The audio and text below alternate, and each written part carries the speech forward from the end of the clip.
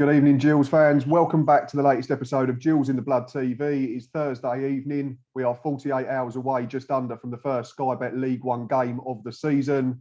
New feature this year, I'm not going to be doing the match previews on my own. I will be joined on a weekly basis by an opposition fan.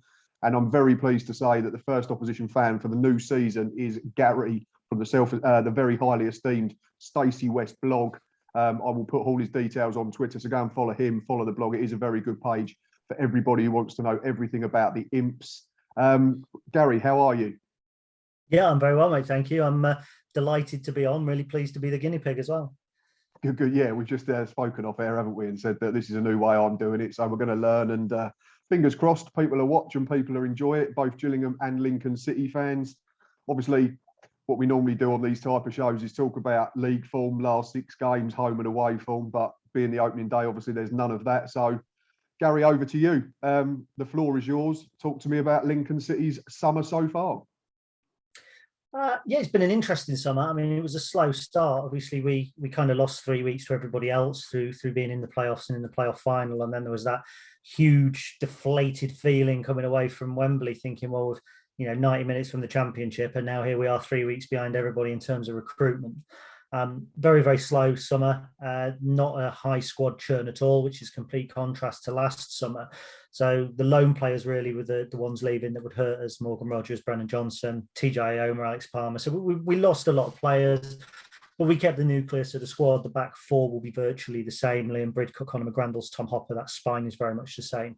It's almost like trying to decorate a Christmas tree. Our summer transfer business, you've got the bare tree, but if you want to make it look nice, you've got to gloss it up. So we started tentatively. Lewis Fiorini's come in from Manchester City, who we don't know a lot about. He's just had a season playing for Nat Breeder in the Dutch second division, took them to the playoffs where they were beaten. So at least he's got a shared experience with some of our players. Chris Maguire, I think, is a good signing. We've taken Maguire from Sunderland. I think he's what my dad calls a proper footballer. He knows his way around the pitch. He's confident. He's got plenty of experience. I think he's the right side of experienced as well. You can get experienced players 35, 36 where their legs have gone and you have to accommodate them. We won't have to accommodate Chris Maguire. I think he's League One sort of standard in terms of fitness. Moving further across, replacing Brennan Johnson and Morgan Rogers was going to be big, or from the outside, it's going to be big. Morgan Rogers for me was a little bit of a show pony. He scored 4 or 5 great goals, but there was times where he went missing. So we're going to really concentrate on Brennan Johnson, and I think, and obviously George Grant, which I'll come to in a minute. But on the right was Johnson's key area. We've signed Hakeeb Adelakan.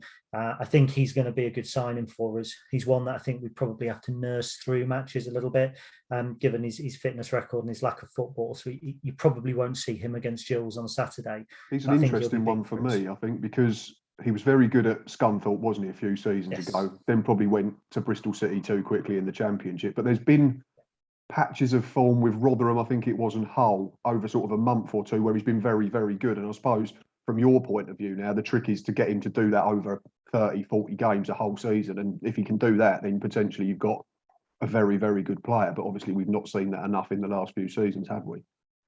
Yeah, you're quite right. I think with Rotherham, they played a different style of football to the one that would suit Hakeeb. So I think they were expecting him to get on the ball, beat 2 or 3 players and put the ball in. Whereas our approach is very much kind of pass your way through almost to the byline. So you'll get support from the fullback. It'll be overlapping. It's more likely that he'll have to beat one player, if that. Otherwise, we try and kind of pass around a little bit. So I think he'll suit our play more. I think he had a decent spell with Hull, 14 games, 3 goals and an assist. He was in and out of the side as well. So he's one I'm excited about. And then it's replacing George Grant. And I think we've had a bit of a roll of the dice here. I mean, Grant moved to Peterborough undisclosed fee. Nothing we could do about it. Our leading scorer last season got the headlines. Don't be too misled, though. I think of his 15 or 16 goals, 11 or 12 came from the penalty spot. So replacing his goals is not necessarily going to be the issue. Replacing Brennan Johnson's ability to win a penalty, dare we say, might probably be the thing that I knew I'd get a smile. Might be the thing we need to replace. So look, with George Grant, we brought Lasse Sorensen in from Stoke. He had an average loan spell at MK Dons last season, but was never really kind of given a particular position. He floated around all over. And Teddy Bishop. Now, Teddy Bishop's an odd one because at Ipswich, he didn't really get much football. He's been injured on and off. I think he played more football last year than he had in his first 4 seasons collectively. had a decent run of games. I think a decent run of goals, 4 in the first half of the season, but I think they're the only 4 he scored. And yet all of the noises that we're hearing from the likes of Jimmy Walker, who's obviously was ex-Lincoln and was the Ipswich goalkeeping coach, the East Anglian Daily Times as well, have said Teddy Bishop's a great footballer. People from around Lincoln I spoke to have said he could be better than George Grant. How he's not playing top end of the Championship, people will never know.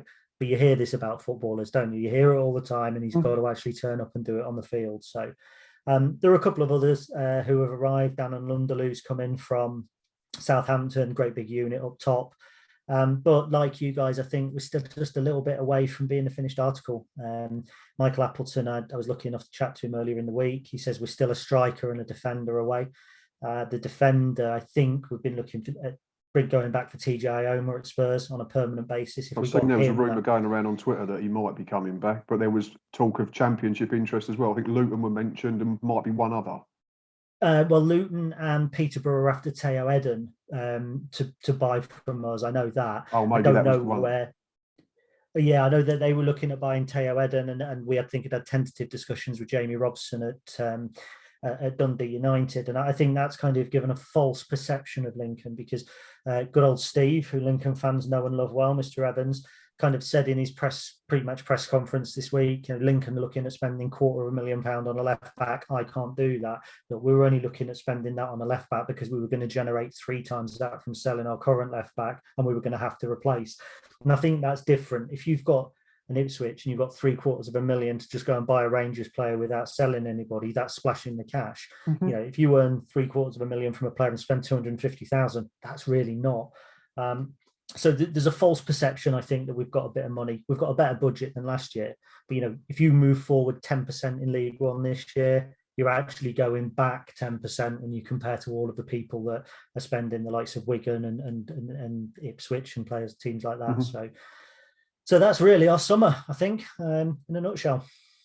Yeah, the departures you've already mentioned, I wanted to touch on them because you've gone through them all. Obviously, Palmer, I think, was the other one. The keeper was very, very good, and he's gone to West Brom back there. And you've signed another West Brom keeper, haven't you? I think, is it Josh Griffiths as well? So it seems to be sort of a conveyor belt of West Brom keepers coming in. It'd be interesting to see how he does. But looking at the stats last season, you had between Rodgers, Johnson and George Grant, it was 30 goals and 24 assists. Does that concern you? I know you've mentioned George Grant's goals were penalties, but on the other side, it's still a goal. You don't get extra points because it's a 30-yard. A goal's a goal, and you've got to replace 13 goals, whether they're from 12 yards or 35 yards. Is that a concern? Because I personally, and again, you might be able to tell me more, but from the outside looking in, Tom Hopper never looks like a 20-goal a season striker. He'll do plenty of other stuff and bring people into play, and for me, would probably contribute double figures in goals and then, sort of anywhere between 5 and 10 assists. But are you concerned that you've had a lot of goals taken away from the team and like you've already mentioned, you're relying on a little bit of a chance and a little bit of unknown with the replacements coming in? Yeah, potentially. I think when you look at those players, if we were having this conversation at the beginning of last season and you were looking at those players, there would be the same concerns because aside from George Grant, I think George had scored 4 or 5 the season before, maybe chipped in with a couple of assists. He had a great season. I'm not going to play down his departure at all. Brennan Johnson came into us with absolutely no goals or assists to his name, I think, in senior football. So his impact was huge, but it's about finding the players who we talk about next year. So is Lasse Sorensen the player where we'll go, have you replaced his 10 assists? Or Chris Maguire, I think, is somebody that can certainly help and chip in. It's a concern, obviously. It's like if you're a Wimbledon fan, you're going to be looking at Joe Pigott and going, where are the goals going to come from? Totally. But if you create chances for professional footballers, they're going to score goals, the decent ones. So if we continue playing the way that we do, and that's the key, if we keep playing the way we do and keep providing the crosses, somebody will get on the end of them. Yes, there's a concern. I know Michael's looking at another striker. He ain't going to sign somebody that scored 20 goals last season because they cost you too much money. Of course, I think when you've been around football long enough, I'm sure, to know that whenever there's a change and whenever a big player leaves, there's always that fear of who's going to replace the goals. I'm sure. Yeah, we're the same. Jordan Graham, isn't he? He's our George Grant. Yeah. So. Exactly. So Jordan Graham goes, and then we spoke off air, and you look and you go, well, can Danny Lloyd replace those assists? Can Carriol, if he has signed, score those goals? Football's all about ifs and buts, but I think largely football is also about processes. So if your processes are right and your approach is the same, then you'll yield results with different players as long as you're treating them right. I'd rather be us with a turnover of key players, but the same manager and the same core than I would be MK Dons, who had got sort of proven players at the core of the team, but then the manager was gone because the processes go and you have to start again. Yeah, that's it. Yeah, and I'd probably sort of look at us like that as well. We've lost, Conor Ogilvie, for me, one of the best left backs last season in the division. Jordan Graham, the same as Johnson, double figures in goals and assists. That's difficult to replace, just facts and numbers. But I said on Twitter a few days ago, I'm still backing us to finish in the top 10 because we've still got the core of that team from last season. If you go through it, I think Jack Bonham's left, but you can find decent League One keepers pretty readily, I feel. I think, and in Jamie Cumming and Aaron Chapman, we're fine. Ryan Jackson's still at the club. He played right back last season. Jack Tucker's still there. Max Amar left, but he was there the season before under Evans, so he comes back in. Obviously, the left back issue now, we haven't got one apart from Tatonda. Stuart O'Keefe, though, we'll have from the off. Carl Dempsey still at the club. Alex McDonald still at the club. Verdane Oliver and his goals are still at the club. Ollie Lee still at the club. So there's a core and a nucleus of 5, 6 or 7 invariably that could start on Saturday that started the last few games of last season when we were flirting with the top 6. So I don't think we're in as bad shape as some Gillingham fans tend to feel, and we're probably doing the same with you looking from the outside in, is that you just sort of take it as a very black and white type of approach because you don't watch that club every day of the week and know what's going on behind the scenes. So, but it'd certainly be interesting. I think both sides are probably not transitional, but transitional in a couple of areas, so to speak. But who would you pick out potentially as maybe a key man? Would it be a new signing, or would you go to one of those that served you so well last season when we come to 3 o'clock on Saturday afternoon? Yeah, Liam Bridcut all day long. I thought you might say him, to be fair. If he played 46 games last season, we go up automatically. Simple as that, in my opinion. I think he's a leader. He's the captain. He's so good on the ball. He helps the defence. I think we look better defensively when he's playing in the holding midfield role. And if he stays fit this season, then we're a top 10 side. If he doesn't, then we've got to try and replace that. So he's undoubtedly the key man for me. It's hard to call any of the new signings. I'm not a person that looks at a new signing on paper and goes, he's going to be key for us, because you don't know. One man's trash is another man's treasure, and vice versa. I'd like to think that Maguire and Adelakan will be big players for us over the course of the season. But on Saturday, 100% Liam Bridcut. If he's on form and he's playing well, then we're a better team. Yeah, and we could notice that as Gills fans, because last season he played in the game at the Priestfield, and I know we've joked a few times about the penalty for the second goal, but you were the better side. That wasn't the reason we lost the game, and Bridcut was pivotal in that game. And then I don't think he was fully fit in the return fixture, was he, at your place? And no. You looked average that night, and we made you look average. I'm going to give us some credit as well, but you had a few injuries, and Bridcut wasn't fit, and suddenly you were a different proposition, and we turned you over fairly comfortably in the end. But let's move on to team news then. We sort of briefly touched on it, and I think both sides have got a few that are touch and go for one reason or other, injuries, and still that dreaded word COVID, unfortunately. As close as we are to being back to normal, it is still having an effect around the world and in our everyday lives. But team news, if I had to press you now to pick an 11, who would you go with if you were Michael Appleton? Well, I did this on my podcast earlier, and now I can't remember our picks. So I'm going to make myself look a bit why I write by stuff picking down. another team.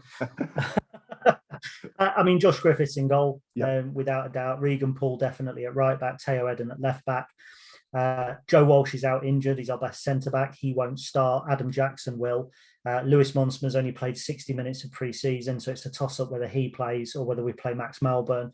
Interested if we play Max Melbourne. He was out on loan at Walsall last year in League Two. Came back to the club, was told you can find another club if you want, and then he's played nearly all of pre-season. And Michael Appleton said to me the other day, surprised me. He's come back and he's done the right things, and he's played himself back into contention. So it'll be Monsma or Melbourne. Holding midfield, Liam Bridcut, no contest. Ahead of him, this is where it gets clouded because we don't know who's going to play where. We normally play 2 midfielders and then 3 across the front. Mm-hmm.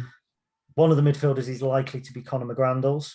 Mm-hmm. And then the other one is likely to be either Luis Fiorini from Manchester City on loan or Lasse Sorensen, the lad that's come in from Stoke. I would probably plump for Fiorini, but I think I'm going to plump for Sorensen on my podcast. So whichever one's right, I'll point my listeners in the direction. You can say that you was right. Yeah, that's fine. Yeah, well done. Boy, I've been doing this too long. Tom Hopper starts. Tom Hopper starts as the 9, and so then it depends either side of him. I think Chris Maguire's carrying an injury and won't start. I think Adelakan's had 60 minutes this pre-season, probably won't play. Anthony Scully has had probably 2 lots of 60 minutes. He might start on the left. And then I wonder if Fiorini or Sorensen, whichever one doesn't start in the middle, starts on the other flank potentially. Danon Lundalu is not fit, so he won't play. He hasn't played any games in pre-season. I think we're already down to the bare bones, unfortunately. Yeah, we've got few again. The Gills team news for everyone listening is we've got 2 right backs out. Ryan Jackson, first choice right back. Robbie McKenzie, who normally deputises, out as well. So we've been playing Reece Bennett at right back. At the moment, we've been forced into that. The only other right back's a youngster called Harvey Lintop, but I don't think he's ready just yet. He's looked all right in pre-season. He's had a couple of 60 minutes and a couple of 90s in the mixed 11 games, and he's done okay. But I think it'd be a big ask to chuck him in that early on in his career. We didn't see any of Carl Dempsey, Alex McDonald, or Ben Reeves Tuesday night against Norwich. But the less we talk about that, the better. They were very, very good. In fairness, their middle 3 were. Well, Premier League, Billy Gilmore, Todd Cantwell, and the lad who scored the first goal, his name escapes me, French lad, Musi, I think it was. But yeah, they were different class. So hopefully we're not going to come up against anybody quite that good on Saturday afternoon. But we had a few missing. But I think Steve Evans has said that Reeves and Dempsey should be fine. And the only other one's John Akinde, who came off. He came on at half time and then come off after 70 minutes holding his ankle. So if he's not fit, we've literally got Verdane Oliver fit as a striker, and that is it, unless we bring someone in the next 36, 42 hours or whatever. No, it'll be by tomorrow, won't it? It'll have to be to register them. So lunchtime. So I think it'll be probably Jamie Cumming in goal, the back 4 of Reece Bennett, Jack Tucker, Max Amor and David Tatonda. I think we might stick with the 4-2-3-1 now. We have toyed with the diamond against Millwall in the pre-season friendlies, but I think he'll go back to the tried and trusted, which favours the way Verdane Oliver plays the game. So Carl Dempsey and Stuart O'Keefe shielding the back 4. I'd go with Ben Reeves in the 10. I've seen more from him than Ollie Lee in pre-season so far. And then Danny Lloyd, Mustafa Karael, and from either side. And then Verdane Oliver up front, that would be my team. And bench, Aaron Chapman, probably be Lintop, the kid on the bench, because we haven't got anyone else. Daniel Phillips, the youngster from Watford. Alex McDonald, if fit enough. Ollie Lee, John Akinde, if fit enough. And then it'd be another kid, Gerald Sitole, I think, if he's available. So yeah, we still need probably a couple of weeks and a couple of players at least like yourselves. Right, final question before I let you go, Gary. Score prediction for Saturday. I've written mine down, so it's... Do you know what? It's hard because you always think your former players come back and score against you. And obviously we've had Danny Lloyd, we've had Verdane Oliver, we've had Mustafa Karael, and we've had John Akinde. Now I know John Akinde can't score. He couldn't score in a crackdown. So we'll take him out of it. Danny Lloyd, Karael, yeah. Do you know what? I would be happy with a 1-1 draw, and I will go with a 1-1 draw. It's like we spoke before, and I don't know if you can see it. 1-1. I can't. It does say 1-1 prediction, and I put Carl Dempsey down as the Gills goal scorer. I think if you can get through the first game unscathed and pick something up, it gives you something to work with moving further into August. And when all the games come really thick and fast, don't they? You get League Cup and then Tuesday games in the league, and it's a fast and ferocious start to the campaign before it all starts to settle all down. But it's been a real pleasure, mate. Appreciate you coming on. I think we've done all right for a trial episode, so to speak. I enjoyed that. Good. Like I've said before, make sure you go and follow the Stacey West blog on Twitter. They do a brilliant podcast. I know Jake's involved as well and does their YouTube channel stuff. We'll be back Saturday afternoon at the ground, myself and Boz, for a match day live, which will be good fun. Second one in 18 months. So still a bit of ring rust there as well. Please keep checking us out on Facebook, Instagram, YouTube and Twitter. And until next time, up the Gills.